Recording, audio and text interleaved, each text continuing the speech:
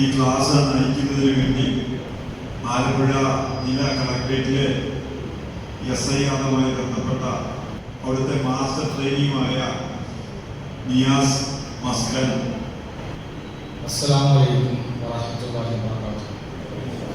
ബഹുമാനപ്പെട്ട നമ്മുടെ ഈ പുത്തൂർ പള്ളി ജുമാ മസ്ജിദ് മഹലിന്റെ പ്രസിഡന്റ് അബ്ദുൽ ഹമീദ് സാഹിബ് അവർ, നമ്മളെല്ലാവരും ഇവിടെ ഒത്തുകൂടിയിട്ടുള്ളത് വലിയൊരു സദുദ്യമം ലക്ഷ്യം വെച്ചുകൊണ്ടാണ്. നമ്മുടെ രാജ്യത്തിന്റെ ഇലക്ഷൻ കമ്മീഷൻ പ്രഖ്യാപിച്ചിട്ടുള്ള SIR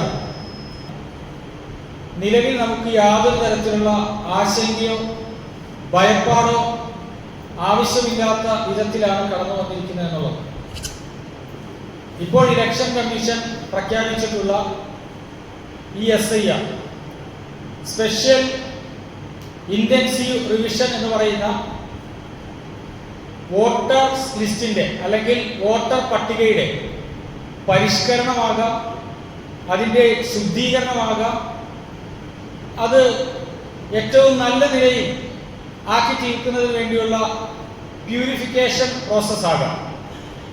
അപ്പൊ അങ്ങനെയുള്ള ഈ SIR നമ്മുടെ അടുക്കലേക്ക് കടന്നു വരുമ്പോൾ നിലവിൽ നമ്മൾ അതിനെ വളരെ നല്ല രീതിയിൽ അതുമായി ബന്ധപ്പെട്ടുകൊണ്ട് അതുമായി സഹകരിച്ചു കഴിഞ്ഞാൽ നമ്മൾ ആരും തന്നെ ഈ വോട്ടർ പട്ടികയിൽ നിന്നും പുറത്തു പോകുകയില്ല എന്ന് നമുക്ക് ഉറപ്പായും പറയാൻ കഴിയും. അതുകൊണ്ട് ഇപ്പോൾ വന്നിരിക്കുന്ന ഈ SIR നമ്മൾ അതിൻ്റെ നിയമവശങ്ങളും അതിൻ്റെ നിർദ്ദേശങ്ങളുമൊക്കെ പരിശോധിച്ച് നോക്കിക്കഴിഞ്ഞാൽ നമുക്ക് വളരെ വ്യക്തമായി മനസ്സിലാക്കാൻ കഴിയും ഇത് വളരെ സുതാര്യമായ ഒരു ഭയപ്പാടും വേണ്ടാത്ത രീതിയിലുള്ള ഒരു പ്രോസസ്സാണ് എന്ന് മനസ്സിലാക്കാൻ കഴിയും. നമ്മുടെ രാജ്യത്തിൻ്റെ ഭരണഘടന വിഭാവനം ചെയ്യുന്ന ഭരണഘടനയുടെ ആർട്ടിക്കിൾ 326 പ്രകാരം കാലാകാലങ്ങളിൽ രാജ്യത്തെ വോട്ടർ പട്ടിക പരിഷ്കരിക്കാൻ, അത് ശുദ്ധീകരിക്കാൻ ഇലക്ഷൻ കമ്മീഷന് അധികാരമുണ്ട് എന്നുള്ളതാണ്. അത് ഭരണഘടന നൽകിയിട്ടുള്ളതാണ്.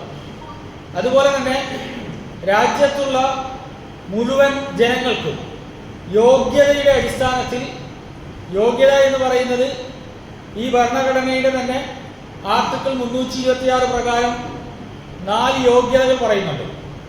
ഒന്നാമത്തെ യോഗ്യത ഇന്ത്യ രാജ്യത്തെ പൗരനായിരിക്കണം എന്നുള്ളതാണ്. രണ്ടാമത് 18 വയസ്സ് കുറഞ്ഞത് പൂർത്തിയാക്കിയിരിക്കണം എന്നുള്ളതാണ്. മൂന്നാമത് പറയുന്നത് ഏതൊരു നിയമസഭാ മണ്ഡലത്തിലേക്കാണോ നമ്മൾ വോട്ടർ പട്ടികയിൽ പേര് ചേർക്കുന്നതിന് വേണ്ടി അപേക്ഷിക്കുന്നത്, ആ നിയമസഭാ മണ്ഡലത്തിലെ ഏതെങ്കിലും ഒരു പോളിംഗ് സ്റ്റേഷൻ പരിധിയിലെ സ്ഥിരമായിട്ടുള്ള താമസക്കാരനായിരിക്കണം. ഈ ആദ്യം പറഞ്ഞ 3 കാര്യങ്ങൾ കൃത്യമായി. ഇനി ഒരു കാര്യം പറയാൻ പോകുന്ന ഒരു യോഗ്യത, അത് സാധാരണയായി വളരെ ന്യൂനപക്ഷമായ ആളുകൾക്ക് പോലും സംഭവിക്കാത്ത കാര്യം. അതായത് സ്ഥിരബുദ്ധി ഇല്ലാത്ത, ഏതെങ്കിലും കോടതികളാൽ നിയമപ്രകാരം ഇന്നയാൾ തെരഞ്ഞെടുപ്പിൽ മത്സരിക്കുവാനോ പാടില്ല എന്ന് പ്രഖ്യാപിക്കപ്പെട്ടിട്ടുള്ള ആളുകൾക്ക് യോഗ്യതയില്ല.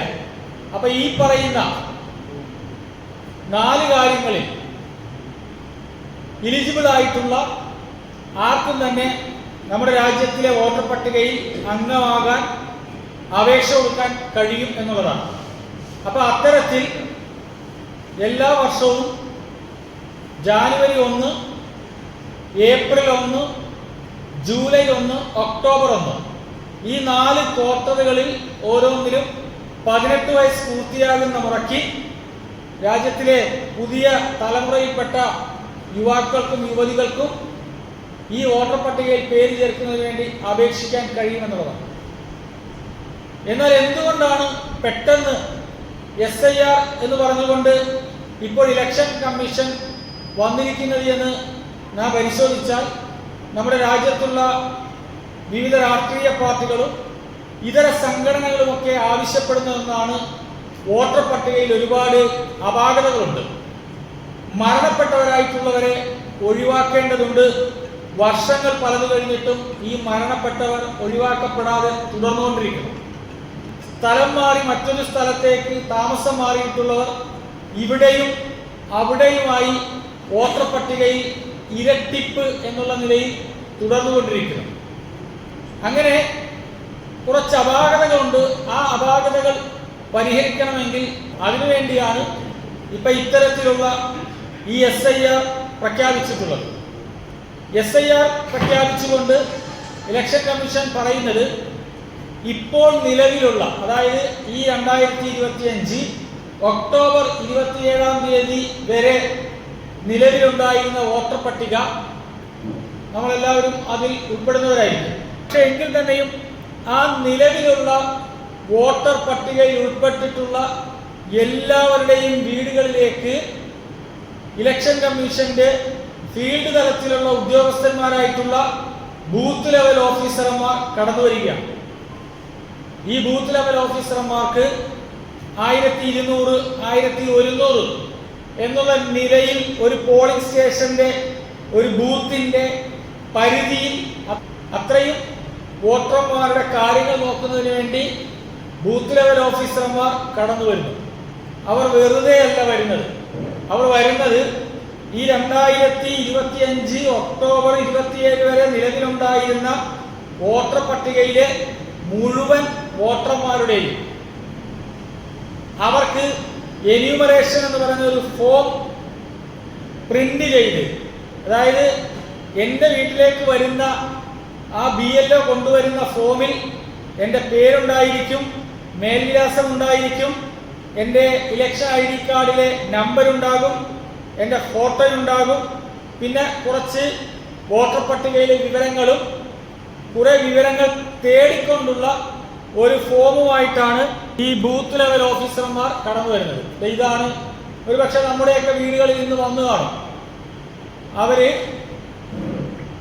ഈ BLOമാർക്ക് ഇലക്ഷൻ കമ്മീഷൻ കൊടുത്തിരിക്കുന്ന നിർദ്ദേശം ഇന്ന് നവംബർ 4-ാം തീയതി മുതൽ ഡിസംബർ 4-ാം തീയതി വരെയുള്ള ഒരു മാസക്കാലം കൊടുത്തിരിക്കുകയാണ്. 1200 പേരെന്ന് പറയുമ്പോൾ 4-5 പേരുള്ള വീടുകളാണ് എങ്കിൽ ഒരു 400 വീടുകൾക്ക് താഴെ മാത്രമേ ഒരു ബൂത്ത് ലെവൽ ഓഫീസർക്ക് സന്ദർശിക്കേണ്ടതുള്ളൂ. ഒരു ദിവസം 20-30 എന്നുള്ള നിലയിൽ ഈ ബൂത്ത് ലെവൽ ഓഫീസർമാർ ഓരോ വീടുകളിലേക്കും കടന്നു വരും. അപ്പൊ കൊണ്ടുവരുന്ന ഏതുമായിട്ടാണ്? ഇപ്പോൾ പറഞ്ഞ എന്യൂമറേഷൻ ഫോമുമായിട്ടാണ്. അപ്പോൾ വോട്ടർ പട്ടികയിൽ ഇല്ലാത്ത ആളുകൾ ഉണ്ട് എങ്കിൽ അവർക്കിത് കിട്ടൂല, അവർക്കിത് കൊണ്ടുവരില്ല. വോട്ടർ പട്ടികയിലുള്ള ആളുകൾക്ക് മാത്രമാണ് ഈ ഫോം ജനറേറ്റ് ചെയ്തുകൊണ്ട് വരുന്നത്. ഇത് കൊണ്ടുവരുമ്പോൾ 2 ഫോമുകൾ ഉണ്ടാകും. ഈ 2 ഫോമുകളുമായി നമ്മുടെ വീട്ടിൽ വരുമ്പോൾ നമ്മൾ അവിടെ ഉണ്ടാകണം എന്നുള്ളത് ശരിയാണ്. അത് വാങ്ങുകയും അവരുമായി സഹകരിക്കുകയും ചെയ്യണം. ഒന്നുകിൽ 5 മിനിറ്റ് കൊണ്ട് നമുക്കിത് പൂരിപ്പിച്ചു കൊടുക്കാം.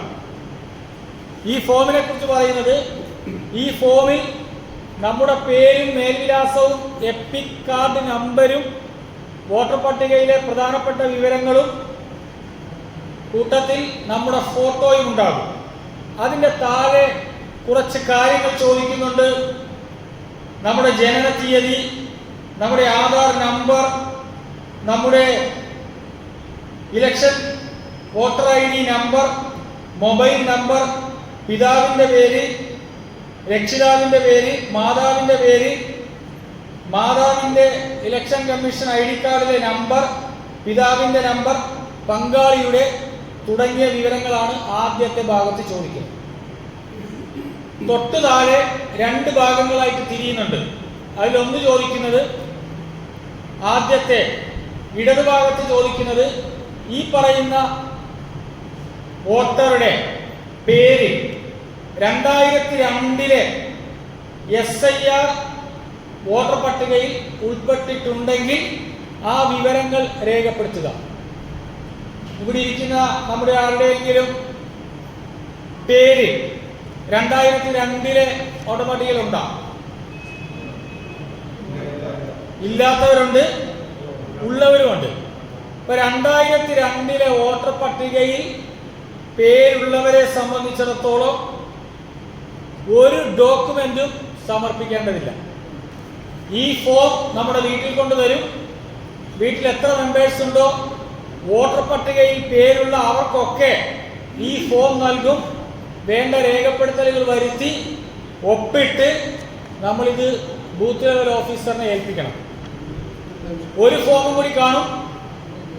അവസാനം ചോദിച്ചാൽ പറയാം. ഒരു ഫോമും കൂടി കാണും. അത് BLO സ്വീകരിച്ചു എന്ന് പറഞ്ഞുകൊണ്ട് ഒപ്പിട്ട് നമ്മുടെ കയ്യിലോട്ട് വരും. നമ്മൾ സൂക്ഷിച്ചു വെക്കണം. BLOയുടെ കയ്യിൽ നിന്ന് മിസ്സായാലും ഏതെങ്കിലും താലൂക്ക് ഓഫീസിൽ നിന്നോ മറ്റോ ഇത് നഷ്ടപ്പെട്ടാലും ശരി, നമ്മുടെ കയ്യിലുള്ള തെളിവെന്നുള്ളത് ഈ BLO ഒപ്പിട്ട് തന്നിരിക്കുന്ന ഒരു ഫോമാണ്. അപ്പൊ 2 ഫോമുമായിട്ട് 2 എന്യൂമറേഷൻ ഫോമുമായിട്ട് വരും. വേണ്ട രേഖപ്പെടുത്തലുകൾ വരുത്തി ഒപ്പിട്ട് നമ്മൾ കൊടുത്താൽ മതി. ഇലക്ഷൻ കമ്മീഷൻ കേരളത്തിന്റെ ചുമതലയുള്ള chief electoral officer Rathan Kelkar, അദ്ദേഹത്തിന്റെ ദിവസവുമുള്ള വൈകുന്നേരം 5 മണിക്ക് ശേഷമുള്ള സംശയ നിവാരണത്തിൽ പങ്കെടുക്കുന്നവരാണ് ഞങ്ങൾ ഓരോരുത്തരും. അപ്പൊ അതിൽ പറയുന്നത് ഒരു കാരണവശാലും യോഗ്യതയുള്ള ഒരാളെപ്പോലും ഒഴിവാക്കാൻ പാടില്ല എന്നുള്ളതാണ് ഇലക്ഷൻ കമ്മീഷന്റെ നിലപാട്. എങ്ങനെ? യോഗ്യതയുള്ള ഒരാളെപ്പോലും ഒഴിവാക്കാൻ പാടില്ല. അതേ സമയത്ത് യോഗ്യതയില്ലാത്ത ഒരാളും ഈ വോട്ടർ പട്ടികയിൽ ഉണ്ടാകാൻ പാടില്ല. ആ പ്രഖ്യാപനവുമായിട്ടുള്ള ശുദ്ധീകരണ പ്രഖ്യാപനങ്ങളുമായി മുന്നോട്ട് പോയാൽ നമുക്ക് 100 അല്ല 110% ഇതുമായിട്ട് സഹകരിക്കാൻ കഴിയും എന്നുള്ളതാണ്. ഞാൻ നേരത്തെ സൂചിപ്പിക്കുകയുണ്ടായി, വോട്ടർ പട്ടികയിലുള്ള എല്ലാവർക്കും ഈ എന്യൂമറേഷൻ ഫോം കൊണ്ടുവന്ന് തരും. അപ്പോൾ നമ്മൾ അത് ഒപ്പിട്ട് കൊടുക്കുന്നു. ഈ ഫോം കൊടുക്കുന്നതോടൊപ്പം ഒരു ഡോക്യുമെന്റും നമ്മൾ കൊടുക്കേണ്ടതില്ല. ഇന്നിപ്പോൾ വാട്സപ്പിലൂടെ എഴുതി വിടുന്നത് കാണാം പലരും. നിങ്ങളെല്ലാവരും ഒന്ന് തയ്യാറാക്കി വെച്ചോ, അത് ചോദിക്കുമ്പോൾ ഇത് കൊടുക്ക്, ഇത് ചോദിക്കുമ്പോൾ അത് കൊടുക്ക്, അങ്ങനെയാണ് ഇങ്ങനെയാണെന്നൊക്കെ പറയുന്നുണ്ട്. ഒരൊറ്റ ഡോക്യുമെന്റും ഈ പറയുന്ന എന്യൂമറേഷൻ ഫോമിനോടൊപ്പം നമ്മൾ കൊടുക്കേണ്ടതില്ല. നമ്മളിത് ഒപ്പിട്ട് കൊടുത്താൽ ഡിസംബർ 9-ാം തീയതി കരട് വോട്ടർ പട്ടിക പ്രസിദ്ധീകരിക്കും. ഈ ഒരു മാസം ഉണ്ടല്ലോ, നവംബർ 4, ഡിസംബർ 4, പിന്നെ 5 ദിവസം കൂടി കഴിഞ്ഞാൽ ഡിസംബർ 9 ആകും. ഇലക്ഷൻ കമ്മീഷൻ ടൈം ടേബിൾ കൃത്യമായി പ്രഖ്യാപിച്ചിരിക്കുകയാണ്. ഡിസംബർ 9 പ്രഖ്യാപിക്കുന്ന കരട് വോട്ടർ പട്ടികയിൽ ഈ ഫോം തരുന്ന എല്ലാവരെയും അങ്ങ് ഉൾപ്പെടുത്തും. അതിനകത്ത് ഡോക്യുമെന്റ് ചോദിക്കുന്ന ഒരു പ്രശ്നമില്ല. പക്ഷേ നമ്മുടെ വീട്ടിൽ ആരെങ്കിലും മരണപ്പെട്ടു പോയിട്ടുള്ളവരുണ്ടെങ്കിൽ അവർക്ക് നമ്മൾ ഫോം കൊടുക്കൂല. നമ്മുടെ വീട്ടിൽ നിന്നും വേറൊരു ജില്ലയിലേക്ക് മാറി താമസിച്ചിട്ടുള്ളവരുണ്ട് എങ്കിൽ അതും അവരവിടെ വോട്ടർ പട്ടികയിൽ ചേർന്നിട്ടുണ്ട് എങ്കിൽ ആ ഫോമും നമ്മൾ കൊടുക്കൂല. അങ്ങനെ കൃത്യമായിട്ട് ഒരു ശുദ്ധീകരണ പ്രക്രിയ ഇതിൽ നടക്കും എന്നുള്ളതാണ്. അപ്പൊ ഇന്ന് കാണുകയുണ്ടായി, ചിലരൊക്കെ BLOമാരൊക്കെ വീടുകളിലേക്ക് പോകുമ്പോൾ ഒരു പോളിംഗ് സ്റ്റേഷനിൽ തന്നെ ഒരാൾക്ക് 2 വോട്ടാണ്. അപ്പൊ ആ പേരുകാരന് 2 എണ്ണം കൊടുക്കണമെന്നുള്ളതാണ് അവരുടെ ചോദ്യം. അങ്ങനെ 2 എണ്ണം കൊടുക്കാൻ പറ്റത്തില്ല. ഒരെണ്ണം കൊടുത്ത് ഒരെണ്ണം വാങ്ങുക, മറ്റത് കൊടുക്കേണ്ടതില്ല എന്നുള്ളതാണ്. കാരണം 2 എണ്ണം കൊടുത്തു കഴിഞ്ഞാൽ വീണ്ടും വരുമല്ലോ. അങ്ങനെയുള്ള ഒരുപാട് ഇരട്ടിപ്പുകൾ നമ്മുടെ നാട്ടിലെ വോട്ടർ പട്ടികയിലുണ്ട്. അത് ശുദ്ധീകരിക്കുക. അപ്പൊ ഞാൻ പറഞ്ഞു വന്നായിരുന്നു, 2025 ഈ ഫോം ലഭിക്കുന്ന തിരികെ ഒപ്പിട്ട് കൊടുക്കുന്നവർക്കെല്ലാവർക്കും വോട്ടർ പട്ടികയിൽ അംഗത്വം നൽകും. അതിനുശേഷം ഏതാണ്ട് 1 മാസം നീണ്ടു നിൽക്കുന്ന പരാതികളും പിന്നെ ആക്ഷേപങ്ങളും ബോധിപ്പിക്കാനുള്ള സമയമുണ്ട്. ആ സമയത്ത് അത് പരാതികൾ കൊടുക്കാനുണ്ടെങ്കിൽ ആരെങ്കിലും ഉൾപ്പെടുത്തിയതിനെ കുറിച്ചോ ആരെങ്കിലും ഉൾപ്പെടുത്താത്തതിനെ കുറിച്ചോ ഒക്കെയുള്ള പരാതികൾ കൊടുക്കാം. അത് കഴിഞ്ഞാൽ ഏതാണ്ട് 25 ദിവസത്തോളം ഈ പരാതികൾ കിട്ടിയതിൻ്റെയും ആക്ഷേപങ്ങൾ ഉണ്ടായതിൻ്റെയും ഈ പറയുന്ന വോട്ടർ പട്ടികയിൽ ഉൾപ്പെടാത്ത കുറച്ച് പേരുണ്ടാവും. ഈ ഡ്രാഫ്റ്റ് കരട് പ്രഖ്യാപിക്കുമ്പോൾ ഈ ഫോം ചെല്ലാത്ത തിരിച്ചു കൊടുക്കാത്ത പലരും എന്താവും, അതിൽ നിന്നും ഒഴിവാകും. അങ്ങനെ ഒഴിവാക്കുന്നവരുടെ ഒരു ലിസ്റ്റ് പ്രത്യേകം തയ്യാറാക്കി പ്രസിദ്ധീകരിക്കും. അങ്ങനെ ഇലക്ഷൻ കമ്മീഷന്റെ നിർദ്ദേശപ്രകാരം താലൂക്ക് ഓഫീസുകളിലേക്ക് ഹിയറിംഗിന് വേണ്ടി വിളിക്കും ഈ ആക്ഷേപങ്ങൾ ഉണ്ടാകുന്ന അതുപോലുള്ള കേസുകൾ. അതുപോലെ തന്നെ നേരത്തെ സൂചിപ്പിച്ചു, 2002 വോട്ടർ പട്ടികയിൽ പേരുള്ളവർ ഒരു ഡോക്യുമെന്റും ഹാജരാക്കേണ്ടതില്ല, അവരെ ഹിയറിംഗിന് വിളിക്കേണ്ടതുമില്ല. എന്താ, 2002 SIR വോട്ടർ പട്ടികയിൽ പേരുള്ളത് കാരണം. അങ്ങനെ 2002 SIR വോട്ടർ പട്ടികയിൽ പേരുള്ളയാളെയും 25 വോട്ടർ പട്ടികയിൽ പേരുള്ള ആളെയും തന്നെ തമ്മിൽ മാപ്പ് ചെയ്ത് വെച്ചിരിക്കുകയാണ്. ഏതാണ്ട് 58% ആളുകൾ ഈ വോട്ടർ പട്ടികയിലും 2002 വോട്ടർ പട്ടികയിലുമുണ്ട്. അവർക്കാർക്കും തന്നെ ഒരു തരത്തിലുള്ള ഡോക്യുമെന്റും പിന്നീട് ഹാജരാക്കേണ്ടതില്ല, കാരണം അവർ രണ്ടിലുമുണ്ട്.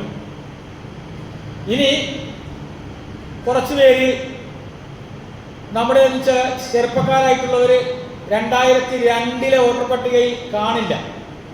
അവരെ സംബന്ധിച്ചിടത്തോളം അവരുടെ പിതാവോ അവരുടെ മാതാവോ വോട്ടർ പട്ടികയിൽ ഉണ്ട് എങ്കിൽ, ഏതിലെ 2002 വോട്ടർ പട്ടികയിൽ ഉണ്ട് എങ്കിൽ അവരെ പ്രോജനി മാപ്പിംഗ് എന്ന് പറഞ്ഞൊരു മാപ്പിംഗ് ഈ BLOമാർ നടത്തിക്കൊണ്ടിരിക്കുക. നമ്മൾ അറിയാതെ തന്നെ 25 ഒരാളുടെ പിതാവ് അല്ലെങ്കിൽ മാതാവ് അവിടെ ഉണ്ട് എങ്കിൽ ആ മാതാവും ഈ മകനും അല്ലെങ്കിൽ മകളും തമ്മിൽ ഒരു പ്രോജനി മാപ്പിംഗ് നടത്തിക്കൊണ്ടിരിക്കുക. അത് മാക്സിമം നടത്താനാണ് ഇലക്ഷൻ കമ്മീഷൻ പറയുന്നത്. അവരും ഒരു ഡോക്യുമെന്റും കൊടുക്കേണ്ടതില്ല. അതായത് ഞാൻ പറഞ്ഞത് മനസ്സിലായല്ലോ, 2002 വോട്ടർ പട്ടികയിൽ നമ്മുടെ പേരില്ല, പക്ഷേ നമ്മുടെ പിതാവിൻ്റെയോ മാതാവിൻ്റെയോ പേരുണ്ട് എങ്കിൽ അവരും ഒരു ഡോക്യുമെന്റ് കൊടുക്കേണ്ടതില്ല. അങ്ങനെ അതും കൂടി വന്നു കഴിയുമ്പോൾ ഏതാണ്ട് 90% ആളുകൾ ഒരു ഡോക്യുമെന്റും കൊടുക്കാതെ തന്നെ മുന്നോട്ട് പോകും. ബാക്കി ഒരു 10% ആളുകൾ കാണും. അതിൽ തന്നെ പിതാവും മാതാവും ഇല്ലാത്ത കേസാണെങ്കിൽ പിതാവിൻ്റെ ജ്യേഷ്ഠനോ മാതാവിൻ്റെ ജ്യേഷ്ഠനോ അടക്കമുള്ള രക്തബന്ധത്തിലുള്ള ആരെങ്കിലും 2002 വോട്ടർ പട്ടികയിൽ ഉണ്ടെങ്കിൽ അവരും കൊടുക്കേണ്ടതില്ല. അപ്പൊ ഇത്രമാത്രം ഇളവുകളോടുകൂടിയാണ്, ഈസി ആയിട്ടാണ് ഇപ്പോൾ ഇലക്ഷൻ കമ്മീഷൻ ഇത് പ്രഖ്യാപിച്ചിരിക്കുന്നത്. ഇനി ഈ 2002 വോട്ടർ പട്ടികയുമായി ഒരു തരത്തിലുള്ള ബന്ധവും നമ്മുടെ വാപ്പയില്ല, ഉമ്മയില്ല, അച്ഛനില്ല, അമ്മയില്ല, പിന്നെ അതുമായി ബന്ധപ്പെട്ടിട്ടുള്ള ആരും തന്നെ ഇല്ലെങ്കിൽ മാത്രമാണ് അവര് ഡോക്യുമെന്റ് കൊടുക്കേണ്ടത്. അവർ കൊടുക്കാൻ പറയുന്ന ഡോക്യുമെന്റ് എന്നുള്ളത് 12 ഡോക്യുമെന്റിന്റെ ഒരു ലിസ്റ്റ് നമ്മളെല്ലാവരും പത്രങ്ങളിലൂടെയൊക്കെ വായിച്ചു. അതും തന്നെ എടുത്തു നോക്കിക്കഴിഞ്ഞാൽ ആ 12 ഏതാണ്ട് 8 ഈ കേരളത്തിലുള്ളവരെ സംബന്ധിച്ചിടത്തോളം അവർക്കൊക്കെ ഉള്ളതാണ്. ഒന്നാമത് പറയുന്ന ഡോക്യുമെന്റ് സംസ്ഥാന സർക്കാരിലോ കേന്ദ്ര സർക്കാരിലോ ജീവനക്കാരാണ്, അല്ലെങ്കിൽ അവിടുത്തെ പെൻഷൻകാരാണ് എങ്കിൽ അങ്ങനെ കിട്ടിയിട്ടുള്ള ID കാർഡ് ഉണ്ടെങ്കിൽ അതുകൊണ്ട് കാണിച്ചാൽ മതി. രണ്ടാമത് പറയുന്നത് തദ്ദേശ സ്ഥാപനങ്ങൾ, പൊതുമേഖലാ സ്ഥാപനങ്ങൾ, ബാങ്കുകൾ എന്നിവിടങ്ങളിൽ നിന്നും ലഭിച്ചിട്ടുള്ള ഐഡന്റിറ്റി കാർഡുകൾ ഉണ്ട് എങ്കിൽ അത് കാണിച്ചാൽ മതി. പിന്നെ പറയുന്നുണ്ട് പാസ്പോർട്ട്, പിന്നെ SSLC സർട്ടിഫിക്കറ്റ്. കേരളത്തിൽ ഏതാണ്ട് 90% ആളുകളെ എടുത്തു നോക്കിക്കഴിഞ്ഞാലും അവർക്കൊക്കെ എന്തുണ്ട്? SSLC സർട്ടിഫിക്കറ്റ് ഉണ്ട്. അതിനകത്ത് ജനന തീയതി തെളിയിക്കുന്നുണ്ട്, അതിനകത്ത് ജനന സ്ഥലം തെളിയിക്കുന്നുണ്ട്. അതുപോലെ തന്നെ ജനന സർട്ടിഫിക്കറ്റ് അതൊരു 10, 30, 40 വർഷങ്ങൾക്ക് മുൻപ് പതിവില്ലായിരുന്നു, എല്ലാവർക്കും കാണില്ല. പക്ഷേ SSLC സർട്ടിഫിക്കറ്റ് ഏതാണ്ട് 75% ആളുകൾക്കും ഉണ്ടാകും. പിന്നെ തഹസിൽദാർ കൊടുക്കുന്ന OBC അല്ലെങ്കിൽ വില്ലേജ് ഓഫീസർ നൽകിയിട്ടുള്ള സർട്ടിഫിക്കറ്റുകൾ, ജാതി കമ്മ്യൂണിറ്റി സർട്ടിഫിക്കറ്റുകൾ ഉണ്ടെങ്കിൽ അതും ഒരു ഡോക്യുമെന്റ് ആയിട്ട് സ്വീകരിക്കും. അങ്ങനെ ഏതാണ്ട് 12ഓളം ഡോക്യുമെന്റ്. പിന്നെ വനങ്ങളുള്ള ഭാഗത്ത് താമസിക്കുന്നവർക്ക് വനാവകാശ രേഖ, അതിപ്പോൾ എല്ലാവർക്കും കിട്ടണമെന്നില്ല, അതാണ് ഒറ്റപ്പെട്ട് ലഭ്യമല്ലാത്ത ചില. പിന്നെ പട്ടയം കിട്ടിയിട്ടുള്ള ആളുകൾക്ക് വീട് അല്ലെങ്കിൽ ഭൂമി സർക്കാർ നൽകിയിട്ട് അതിൻ്റെ സർട്ടിഫിക്കറ്റ് നൽകിയിട്ടുള്ളവർക്ക് ആ ഡോക്യുമെന്റ്. അങ്ങനെ ഈ 12 ഡോക്യുമെന്റ് ആർക്കും കളക്ട് ചെയ്യാൻ കഴിയും എന്നുള്ളതാണ്. ഇതിലേതെങ്കിലും 1-2 അതിൻ്റെ ആവശ്യം വരുന്നില്ല, വന്നാൽ തന്നെയും പരമാവധി അത് ശേഖരിക്കാം. ഇനിയിപ്പോൾ നമ്മുടെ മനസ്സിലുണ്ടാകാൻ സാധ്യതയുള്ള ചില ചോദ്യങ്ങളാണ്. ഈ ബൂത്ത് ലെവൽ ഓഫീസർമാർ കടന്നു വരുമ്പോൾ നമ്മൾ ആരും വീട്ടിലില്ല, എന്നാൽ BLOമാർക്ക് ഇലക്ഷൻ കമ്മീഷൻ കൊടുത്തിരിക്കുന്ന നിർദ്ദേശം നിങ്ങൾ 3 തവണയെങ്കിലും എവിടെ പോയിരിക്കണം? ഈ വീട്ടിൽ പോയിരിക്കണം. അതായത് ബൂത്ത് ലെവൽ ഓഫീസർമാർ കഴിവിൻ്റെ പരമാവധി ഓരോ വോട്ടർമാരുടെ വീടുകളിലും ചെന്ന് അവരെ വോട്ടർ പട്ടികയിൽ ഉൾപ്പെടുത്താൻ എന്ത് മാർഗമുണ്ടോ എന്ന് നോക്കി ആ നടപടികൾ സ്വീകരിച്ചിരിക്കണം. അല്ലാതെ എല്ലാവരെയും തള്ളിക്കളയണം എന്നുള്ളതല്ല അവർക്ക് കൊടുത്തിരിക്കുന്ന നിർദ്ദേശം. ഇപ്പോൾ ഒരു വീട്ടിൽ ചെന്നു, അവിടെ മകൻ ജോലിക്ക് അന്യ ജില്ലയിലാകാം, അല്ലെങ്കിൽ ചെറുമക്കൾ പഠിക്കുന്നതിന് വേണ്ടി അന്യ സംസ്ഥാനത്താകാം. എന്ത് ചെയ്യും? അങ്ങനെയുണ്ടെങ്കിലും ആ കുടുംബത്തിലെ മുതിർന്ന അംഗം ഈ ഫോം, അവരുടെ ഫോം ഒപ്പിട്ട് കൊടുത്താൽ മതി. പോരെ? മുതിർന്ന അംഗം ഒപ്പിട്ട് കൊടുത്താൽ മതി. ഒരു വീട്ടിൽ ചെന്ന് ആ വീട്ടിലുള്ള 4-5 ആളുകളും അന്യ സംസ്ഥാനത്ത് എവിടെയോ ആണ്. അങ്ങനെയാണെങ്കിൽ അവരുടെ ബന്ധുക്കൾ അടുത്ത് താമസിക്കുന്നുണ്ടല്ലോ. പലരും അങ്ങനെയാണല്ലോ, ബന്ധുക്കളൊക്കെ അടുത്തടുത്തുള്ളവരായിരിക്കാം കൂടുതലും. അങ്ങനെ ആ ബന്ധുക്കളിൽ ആരെങ്കിലും തന്നെ ഈ ഫോം വാങ്ങി ഒപ്പിട്ട് കൊടുത്താൽ അത് സ്വീകരിക്കും. ഏതാ ഈ പറയുന്ന ഫോം തിരിച്ചു കൊടുക്കുന്ന കാര്യം പറഞ്ഞാൽ, ബന്ധുക്കളായിട്ടുള്ളവരാണെങ്കിലും രക്തബന്ധത്തിലുള്ളവരാണെങ്കിലും കൊടുത്തു കഴിഞ്ഞാൽ അത് BLOമാർ വാങ്ങി കൊണ്ടുപോയി കൊടുക്കണം. അങ്ങനെ അവരുടെ പേര് വോട്ടർ പട്ടികയിൽ ഉൾപ്പെടുത്തണം എന്നുള്ളതാണ്. അപ്പം നമ്മളെ സംബന്ധിച്ചിടത്തോളം ഒരു കാരണവശാലും ഇതിൽ നിന്നും അകന്നു നിൽക്കാൻ പാടില്ല.